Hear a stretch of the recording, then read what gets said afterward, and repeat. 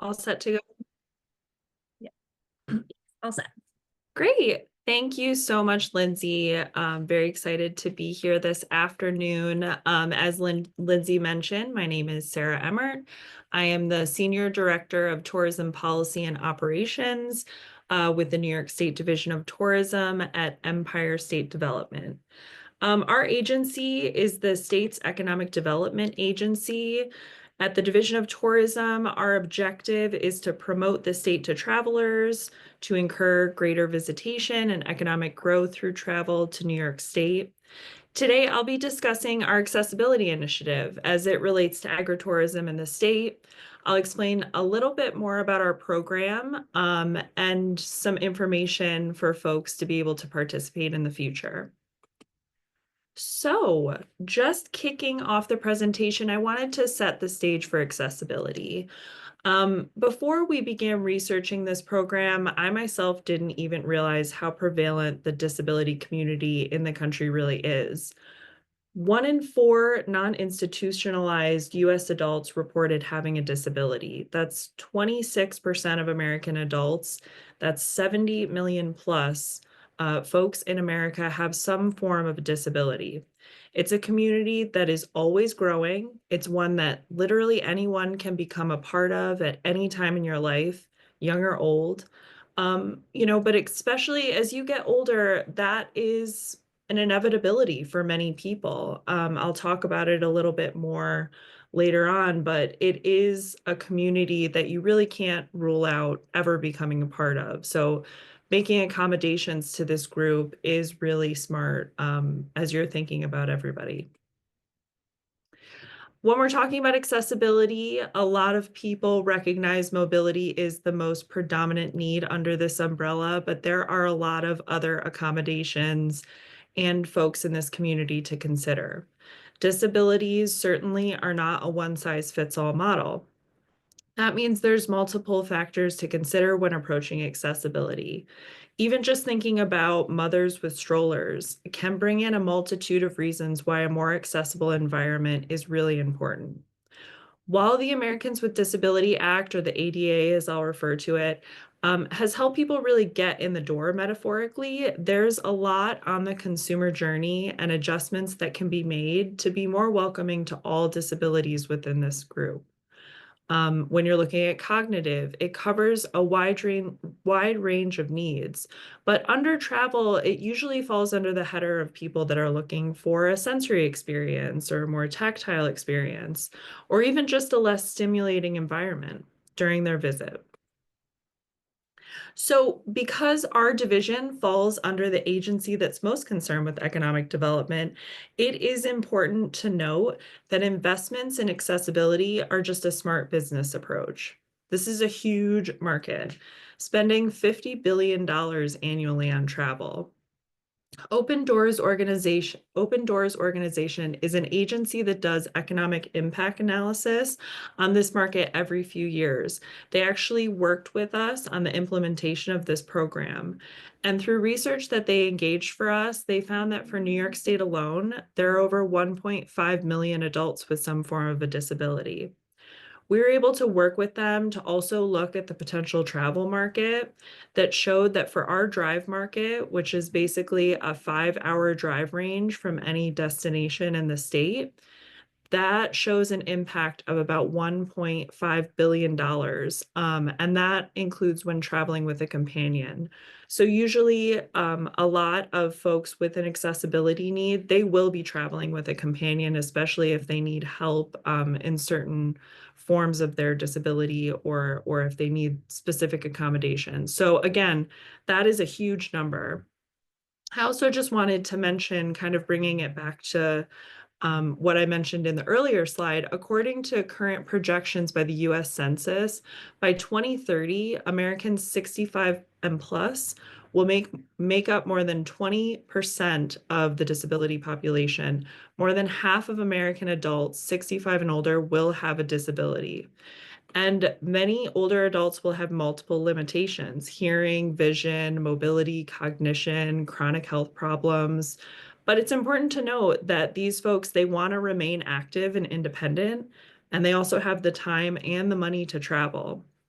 So having accessibility accommodations and having good access to information online really puts out a welcome mat for these travelers. And it's really important as you're thinking about economic impact.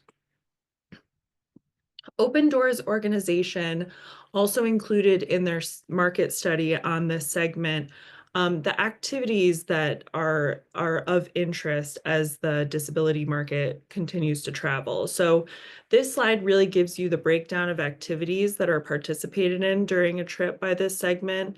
They show that they're really similar to other markets. Most people, when they go on a trip, they're visiting friends and family in the area. When we're just looking at our general New York State marketing, almost half of our visitors to the state come to New York because they're visiting friends and family. But it's really the activities that are done as part of these visits that may very well lead to a stop at a local winery, a distillery, a local farm, or an agritourism destination.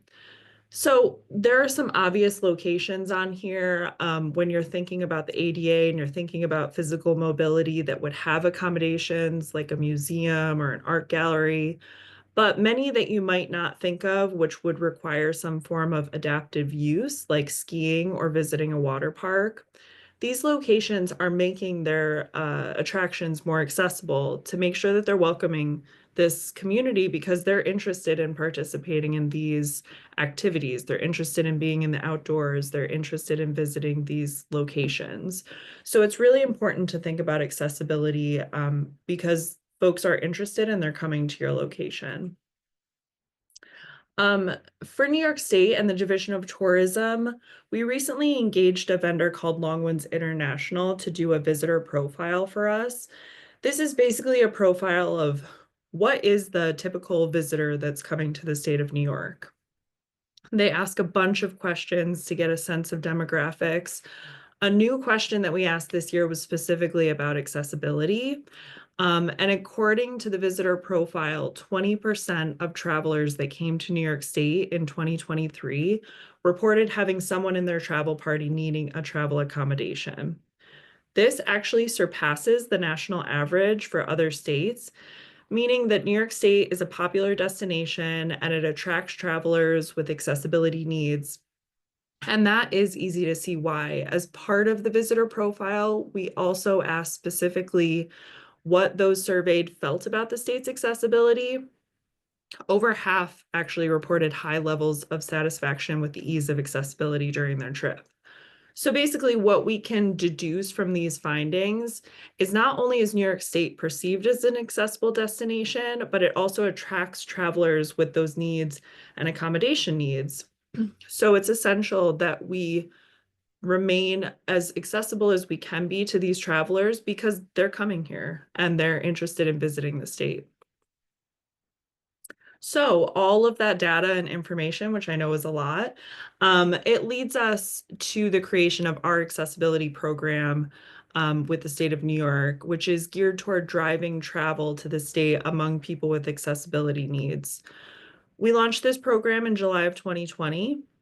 That was in conjunction with the 30th anniversary of the passage of the ADA.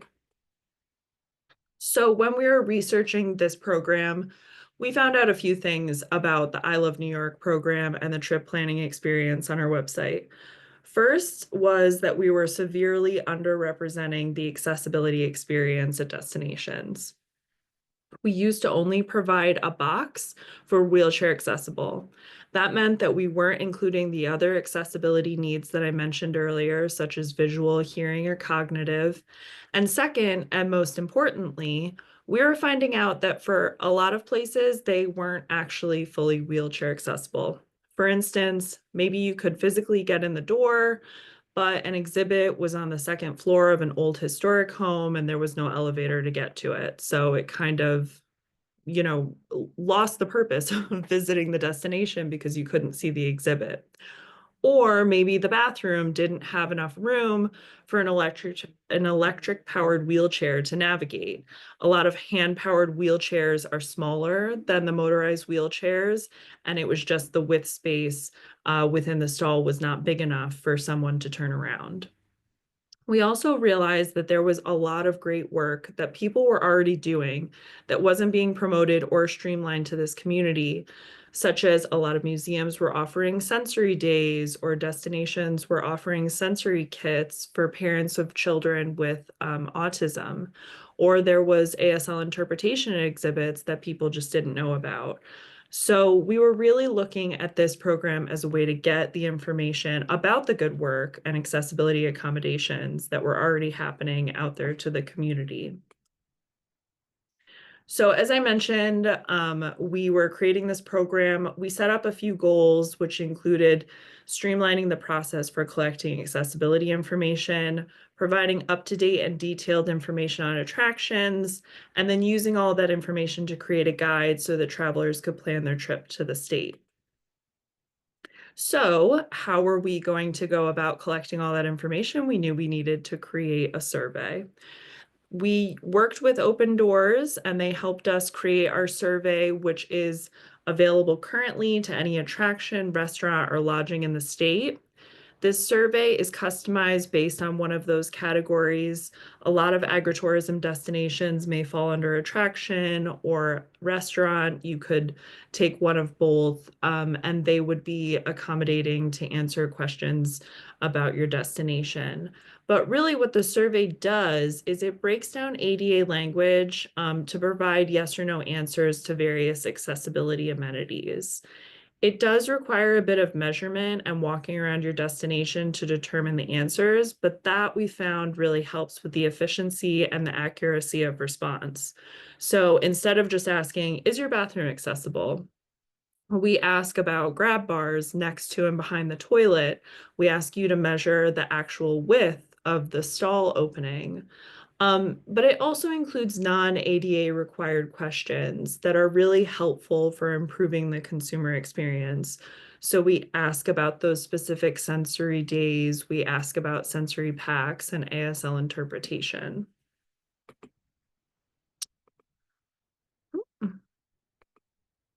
There we go. Those answers can then provide a check mark to possible amenities that are listed on this slide. This is just an example of some of the amenities that we list for mobility.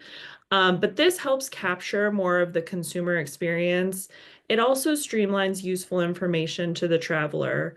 We've really found that this survey provides like a free assessment tool for destinations. So for instance, it offers inspiration if you're looking to get to be more accessible, if you're looking to provide more accommodations. It provides kind of a baseline if you don't even really know where to start with accessibility. But it also captures a lot of things that we weren't capturing before. So for instance, if you offer some sort of a shuttle, is it accommodating to folks that are looking for an accessibility accommodation? If you offer auditorium seating, do you have an ADA accessible seating area? It asks about the bathrooms. So it really does provide more in-depth information, but it also gives folks kind of inspiration on ways that they can improve their own destination. And so this slide right here gives an example of how your website listing would look on ilovenewyork.com. So the Curry Estate filled out our survey, they answered a bunch of the questions, and then these are the accessibility amenities that now show up on the listing. I know that a lot of people, when they hear about our program, especially business owners, are worried about maybe getting dinged for not being the most accessible destination in New York State, but that's not what our program is. It's not an audit. We think of it as a communication tool and an inspiration guide. So if you don't have an amenity or answered no for a lot of the questions, those amenities just won't pop up being listed on the website as used as an example here. However, if you did mark yes, this is an example of how those amenities would appear. These are all searchable. So while people can go to our website and search, I'm going to the Catskills, or I'm going to the Finger Lakes, they can also search by accessibility amenity. So they could say, I need a place with staff orientation to the venue, or I need a place that offers ASL interpretation, and they can literally search through our listings to find a location like that. That all of that content and all of that data that we collect in the survey is then used to really feed all of our editorial and promotional campaign content. So that includes our blog posts, that includes our social media posts on ilovenewyork.com. Recently, we worked with 4 different influencers that cover all sorts of accessibility needs. That included a blind influencer, a deaf influencer, an influencer with mobility needs, and an influencer who is autistic. They came, they visited New York State, they traveled around the state, and they were able to capture their trip and show how accessible New York is. Because we had all that information from the survey, because we had all of these destinations with accessibility accommodations, we're able to build out their itineraries. We use that information to promote on ilovenewyork.com. You can go check that out on our website, or you can visit our social media for more information on that if you're interested. And that was a lot of information that I just gave to you about accessibility in our program. I provided my contact information here, my email at the top. If you're interested in information about our survey or our website, I provided the email address to our Accessible New York program. And then if you have any other general questions about the I Love New York program, I offered our info at information right there. But thank you for the time today. I think we'll probably answer some questions as they come in or later on, but thank you again for the time. Thanks, Sarah. Now, Nita, if you want to share your screen. Absolutely. Let me get that set up.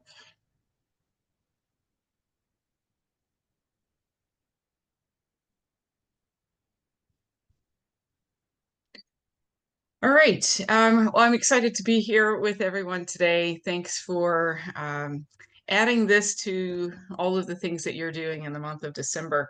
I think I'm particularly excited about this content, this idea of inclusive agritourism, because just this summer, Dee, a coworker, and I, pictured here, we were invited out to a farm in one of the nearby counties where they were holding an event that they hold every couple of years.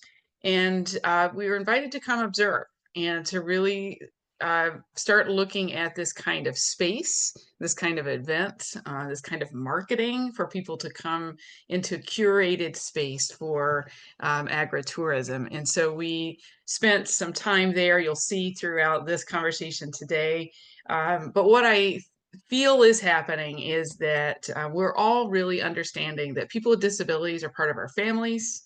You know, they're our mother-in-law, they're our child, they're our aunt, they're our own self. And we as people go and do things. And in this case, with the event that we were asked to come and observe, it was a 2-day event. Friday was close to or over 1,000 children from area regional school systems. It's a lot of children, but there weren't that many that came with disabilities. And so that starting to concern the curators of that experience. Well, why aren't we getting all children coming into these spaces? And the second day was community members, where they had a couple thousand more people coming throughout the day. And that question of, so we're having such a great time, but why isn't everyone here? And I appreciate that Sarah gave us all of those compelling numbers. A lot of people, 1 in 26, or 1 in 4 of us, 26% of our communities are people with disabilities. It is our family members. It is us. And another number that I like to start with too is that 80% of each of our health and wellness takes place outside of medical offices. So that's agritourism. You're smack in the middle of that, with places that people want to go and spend their time and spend their money. It's important to note that historically, those are the same places that have excluded people with disabilities, because there are barriers to participation in those spaces of recreation and sports and tourism. As a matter of fact, that's what drove Rochester Accessible Adventures. I'm the founding executive director of that organization. And that was really the compelling piece, is that people can't just grab up family members on any day of the week and go do what they want to do together. But we could have this vision of a society where those spaces are fully accessible to and inclusive of people with and without disabilities. And so our mission then has been to not run all those programs, because there's no way I could curate every farm market that y'all are doing or every experience that you're facilitating, nor do I want to. But to leave it to the experts in all of those different places and help guide you to create that culture of physical accessibility, of social inclusion, and really truly building equitable access. So today I wanted to spend our little time on this webinar talking about this goal. What is inclusion? What does it look like and feel like? Give you a couple of principles that you'll be able to take away with you so that you can become that agent of change.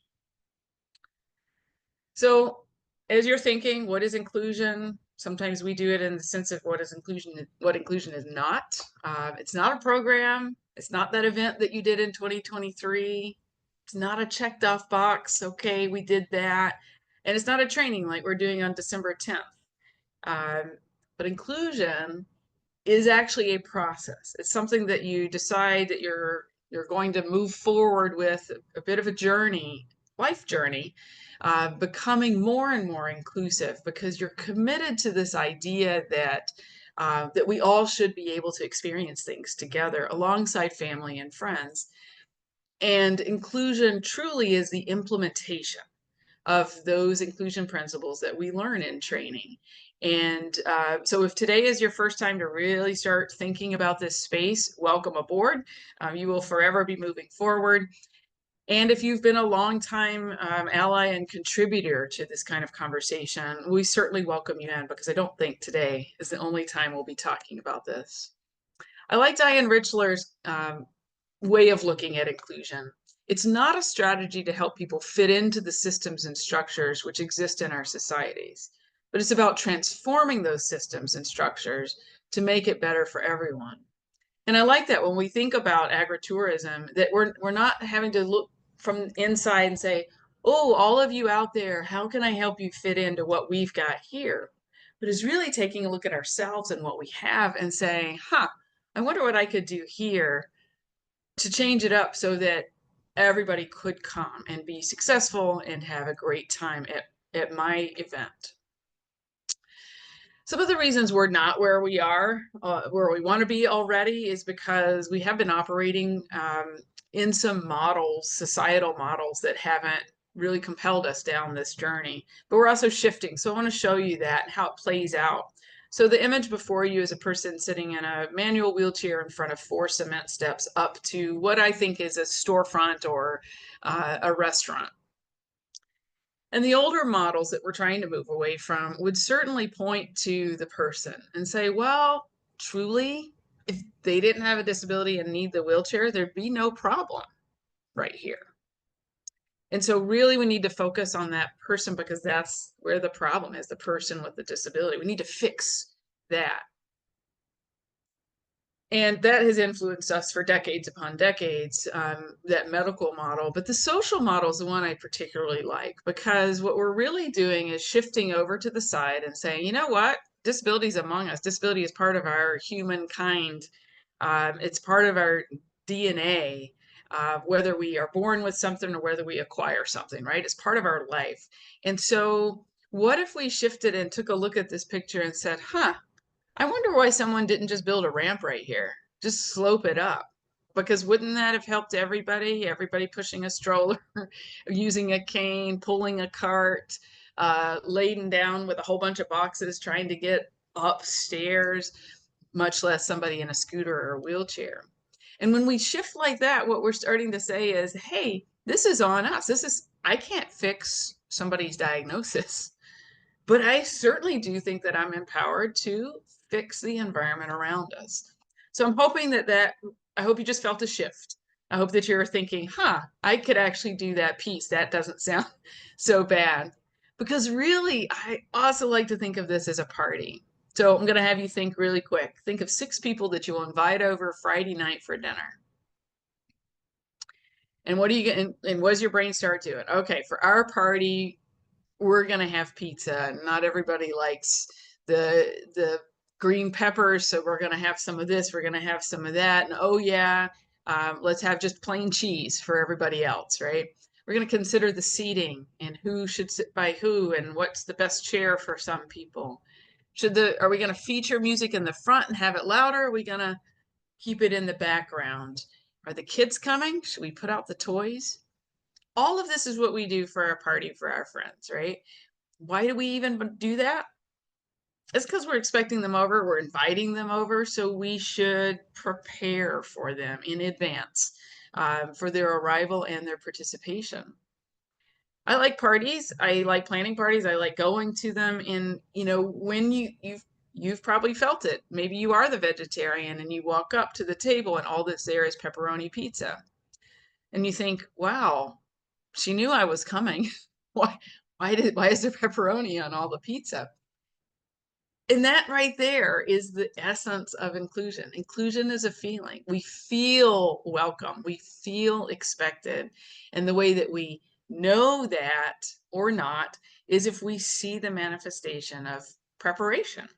So when we talk about inclusion, we talk about it as an intentional approach to your party, to your business, to your program, to your event. And just here's 3 photos that kind of, I think, help us look at, I wonder how much preparation was intentional here. I don't even know what to say about the one on the left with the blue paint and the icon. Not accessible, not even really fun to think about someone navigating that. The one in the middle, I think, is one of those oops things. Somebody didn't put they left the pepperoni on the pizza. They didn't order the cheese, and now we got to go back and try to fix it. Are you one of the people who peels off the pepperonis? And so we implant inclusion on top of something that wasn't intentional in the first place. And then on the right, we have a blueprint, a master plan of a build that said, hey, everybody's going to come in this door up here. We've got to get everybody up. We know that people get up in different ways. Let's put the ramp, let's put the stairs. They can take their choice. And that's the kind of culture that we're looking at when we're talking about agritourism, where it's so intentional that it's quite obvious. So some tangible steps for today for reframing how we've been thinking and obviously what we can do to move forward. We'll just look at 2 pieces. Want to give you a tidbit about reframing language because that's personal. That's something we each can do. And then also look at reframing disability in a way that helps us understand this dinner party concept, which I think that we recognize is pretty important, and giving us a tangible way to move forward. So let's look at that, reframing our language. I also provide a longer, deeper dive into using empowering language. So today what I'm going to do is give you this plus an invitation. You're going to receive a link to a handout that's more like a 10-pager that's been developed with great thoughtfulness and great research around language use and how we can make choices for more empowering language versus less empowering language. Some go-to things with language is let's literally look at identity first language and let's look at person first language. So identity first language is what I would prefer that you use to talk about me. And language that I don't really want you to refer to me as. And that works if you know me and you get to know me and you understand my preferences. If you need to talk about disability and someone else's disability and you don't know what their preference is, then we default to person first language. And this visual here gives you the center column, gives you an idea of person first language that talks about centers the person and the disability is not the primary. And so the tips on the side I find helpful just to say, have us look at You know what? Yeah, I do say that a lot. I think I'll try to use some of these other language, but language that emphasizes ability, not limitation. No one's confined or restricted to a wheelchair. No one's wheelchair bound. Um, to truly simplify it, uh, I wear glasses, and I've never heard someone refer to me as glasses bound. Um, I can get in and out of a chair. I can get in and out of my glasses. The glasses are the tool. The wheelchair is one of the best inventions ever because it provides access to mobility. Just like if you're a car user, that car gets you around. So it's language, right? It's the power of language to capture someone in a space that's more negative or put them in a space that's more positive. And all through this list, you'll see that person with a disability, not handicapped, person of short stature, person with cerebral palsy, even when we're talking about things like bathrooms and parking, right? It's not handicap parking. We're really trying to move away from that. We still have some old signage out there in some parking lots, but looking at this empowering term of accessible parking, accessible bathroom, and I hope you can hear that. One to me is just so much more empowering and freeing, and one just because of the historical impact of the way words have been used against people, we need to remove those labels, remove those words, and move towards these other things. So language is evolving very rapidly. This is certainly a piece. The invitation comes with this idea that you should come into it and stay in it and be open to language continuing to be so fluid. But identity first and person first are a great way to start. All right, so we've got this party. It was kind of easy to picture your 6 people that you were going to invite and what you needed to do for each of them to make it all a satisfactory evening. But when you open your farm market, you open your place of business to the masses, and you start getting I Love New York pushing people there, you're probably going to have a bunch of those people that fall into that 26%, that 1 in 4, that second person in a group of 4 that has a disability. And you know, if I called you and said, "Hey, my coworker John is going to swing by sometime next month because he wants to check out your farm market and or your program, whatever you're running," and then I say, "Oh, by the way, he has cerebral palsy. See you later," and you're left thinking, "Well, what does that even mean to me? What is that going to mean to John when he gets here? What would that mean to me if I invited him over to my house for a party?"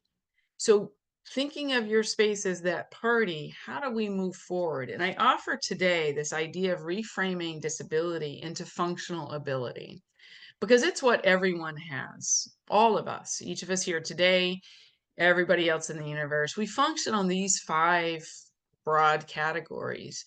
And I believe that we can start um, taking a look at our party from these 5 components. And so what we're going to do today is I'm going to introduce you to those. I'm going to go through the 5 spaces, but I want you, and I'm going to give you some suggestions in each one. I'd like for you to just look at that list and maybe pick out 1 per category or 2 per category that resonate with you and your role in this space of agritourism that you want to start working on, and just jot those down because they are good. Just like reframing language, it's really great to get started with at least 1 kind of thing. So let's see what those look like, because the reality is we want to be able to expect and anticipate everybody coming to our experience. So we'll start with sensory. This category includes things like blindness, deafness, hearing or vision loss, asthma, allergies, color blindness, autism. But rather than going into the space of diagnosis, what I really want you to look at is, what can you do? What can we do to support building environments that work for more people? These are the tangible pieces. We can have alternative forms of communication available. We can use sounds and audible signals. Think of fire alarms now in buildings. It used to be just a loud noise. Now it's a loud noise and a flashing light. That's on purpose because we want to make sure that we are sending the signal to everyone that could be in the building. Closed captioning on videos. Absolutely something to, if you don't already do it, make sure that you're adding in. for folks that'll be watching the information that you are putting out via video.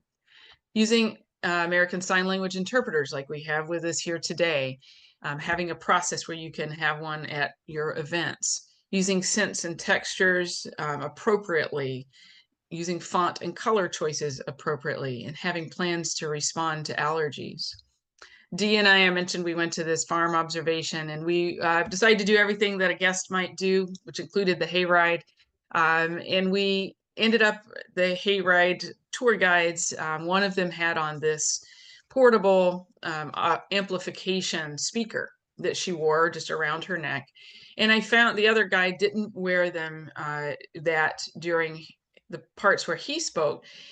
He was also standing near the back of the tractor. And so it was just this sense that I can hear from this side of me. We were about in between these two speakers. And I found that that audio amplification system provided just enough for me not to have to strain to hear the commentary. Really great add to their programming and very inexpensive as amplification systems go. When we look at communication, we know that we communicate on a variety of ways. So all of us do, right? Some of us are more verbal and more expressive. Some of us use our hands and faces and body language. Some of us are less movement oriented. Some may be nonverbal. Some may not have, may be impacted by disabilities that have affected their facial movement or body movement. And so what we can do then to ensure we're expecting a variety of people coming into our places is look at ways that we're communicating information while someone's there, and augment and just already have this stuff in place.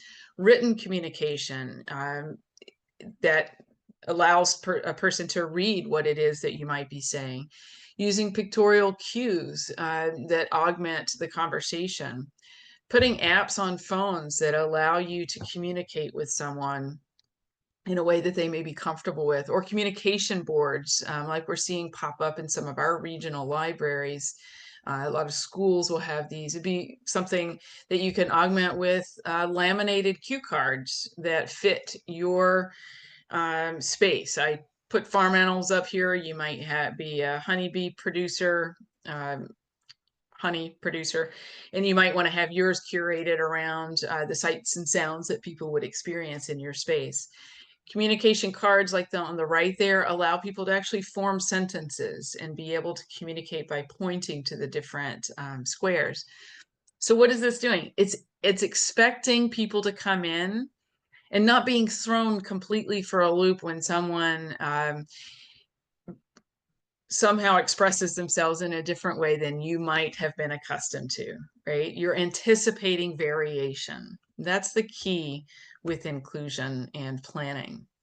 I'll throw this in about communication on your social media and your website. Those are speaking volumes for you, but whether or not everyone's able to understand what you're trying to convey is sometimes the question to be asking. Really simple ad for you, whoever does your marketing, is to start using alt text on all photos on your social media and your website. There's a skill set to being able to learn to do those pretty quickly and what kinds of information you should be providing. But as you can see in this post on that I pulled from the internet, they made a statement and you have no clue unless you can see that photo, or since they provide the image description, to understand what that dog must look like to back up their statement of that when someone says they're not a dog person. And so that becomes, if you imagine scrolling through your phone with your eyes shut and wondering what everybody's photos are, alt text and image descriptions are a perfect way to provide that.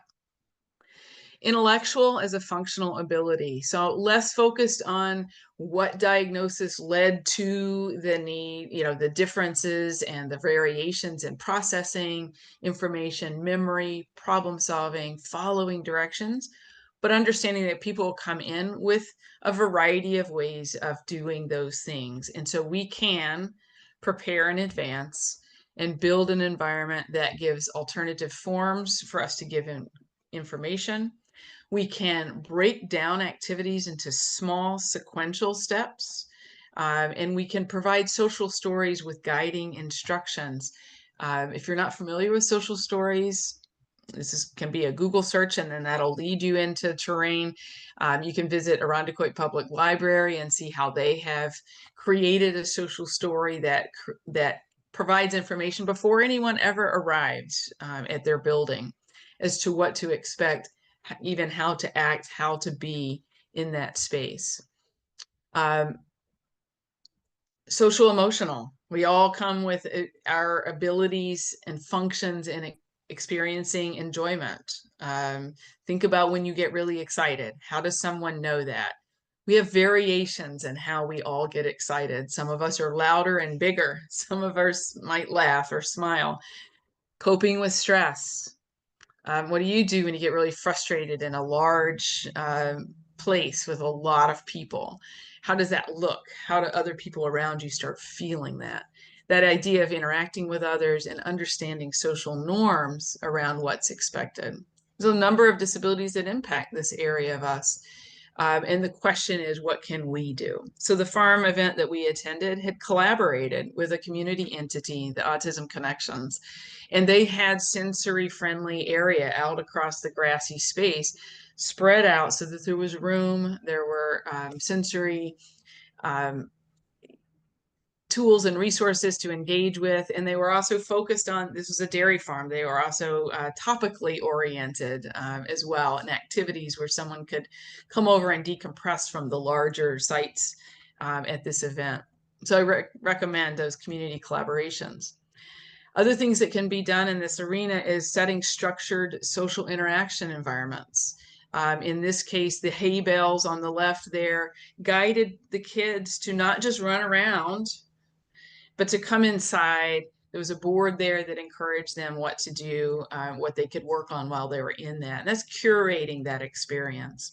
We can use that same social story idea to set positive expectations with guided instruction. So I'm going to come into this space. I'm not going to touch the bees. I'm not going to go knock on the windows of the animals. I'm not going to, but I am going to do these things. And so those kinds of things really set you up for a positive experience and truly set up families for positive experiences, because they also can use the tools and resources and guidance that you're providing.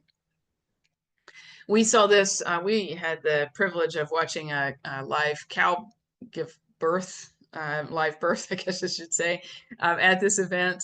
And we watched as the farmers curated our experience. So there were probably 50, 60 people on some bleachers right up on those railings, and they had to anticipate reactions to what was going on, anticipate the desire to climb those railings and get closer to the cow, the desire for some to yell and to be really screechifying, and how they chose to guide us all in our observation of this fantastic event. And point with that is that your staff and yourself can be anticipating that there will be a variety of responses to your site and how you can be a part of that. And the last one, and I saved to last because most of us think about physical functional ability when we're thinking about being more accessible and being more inclusive. But I wanted you to see that a big portion of us is these other 4 components. And yes, how we walk, lift, move, grasp, our fine motor skills, all of those are also impacted by a variety of disability diagnoses that are aging related or can be started at birth or happen somewhere in between. And so we do need to look at this space. We need to support each other in agritourism becoming more accessible in what is, you know, pretty commonly pretty rough terrain. And so we want to look at things like ramps, wide doors, easy to open doorways, looking at the ground and the pathways that we can curate out into those shared experience spaces using products like Moby mats and other mats that can be put down. And also looking at things like our service animal policies. Do we have one? Do people know what it is? What is the expectation around those service animals? In our event, we were really looking at what that total experience would be. And route of access was key.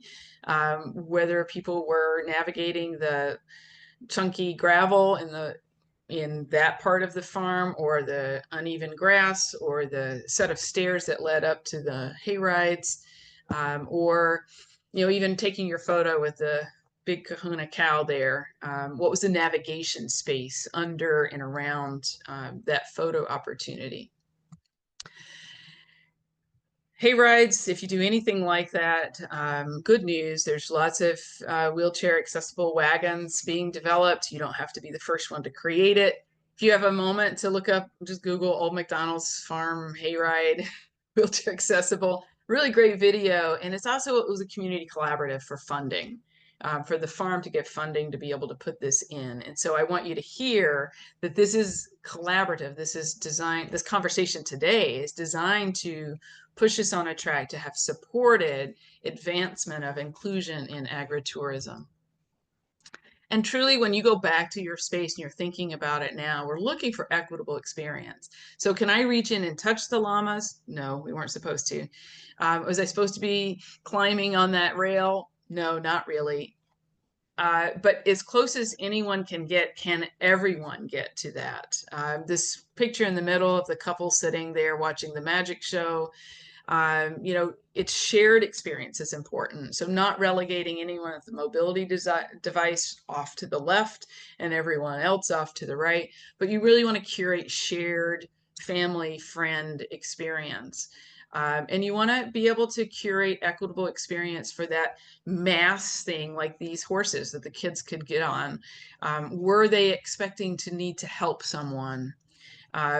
Could someone try the lasso seated on another object besides climbing up onto the horse? How much of that was welcoming and people saying, yes, you come over and try it? So those are the kinds of things we want you to look at, whatever the context. I know you all don't have dairy farms, but this is the kind of thing that we're looking at. And definitely we need equitable restroom experience. And so I know that this farm event had worked collaboratively to have an accessible porta-john on site.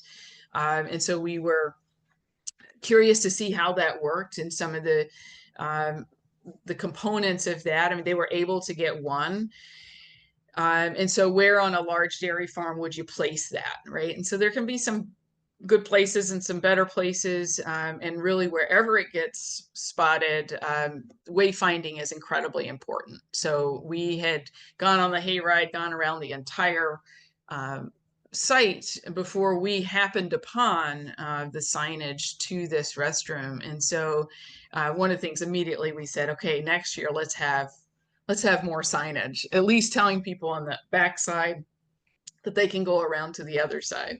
But kudos for having made it a very intentional point to have an accessible porta-john, because if you can't stay and play, then you're going to go somewhere else, and that means they're not going to have your experience. And so we want, I think, as a state to figure out how to, as we're pushing for inclusive agritourism, making sure we start with the restroom facilities.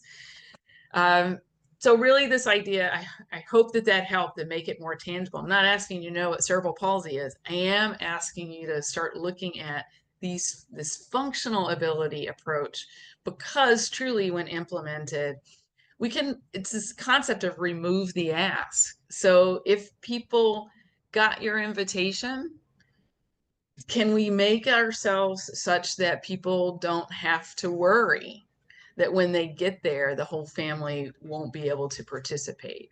We want to curate events that people know that they can come to, they can stay and play alongside family and friends, and spend their money, spend their time in these kinds of spaces.